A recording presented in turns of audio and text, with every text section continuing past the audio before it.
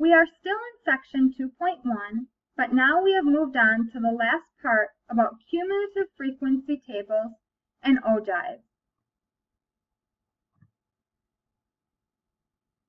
The cumulative frequency table, the cumulative frequency for a class is the sum of the frequencies for that class in all previous classes. An ogive is a graph that displays cumulative frequencies.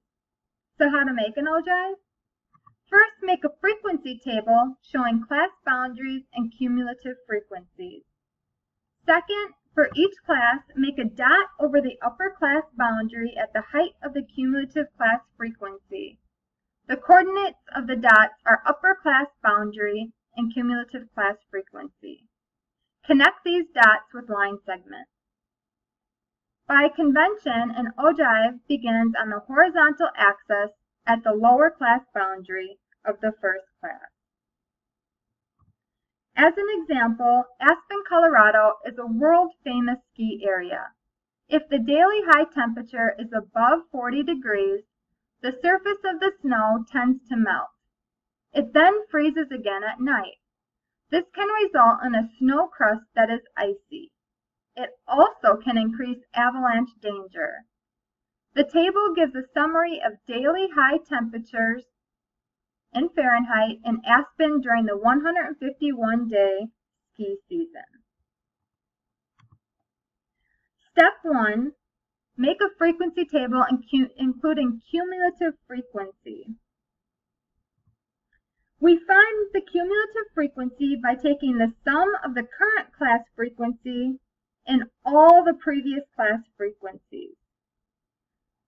For example, class 1 has no previous class, so it is simply its frequency at 23.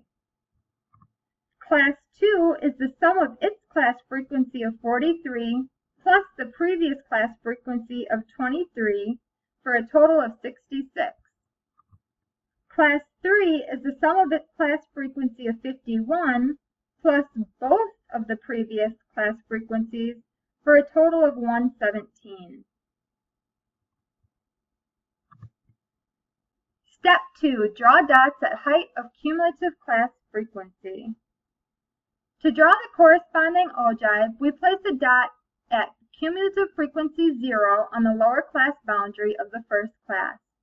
Then we place dots over the upper class boundaries at the height of the cumulative class frequency for the corresponding class. Step 3. Complete the ogive by connecting the dots. The interpretation is as follows. Let's say we want to estimate the total number of days with a high temperature lower than or equal to 40 degrees Fahrenheit. Following the red lines on the ogive, we see that 117 days have had high temperatures of no more than 40 degrees Fahrenheit.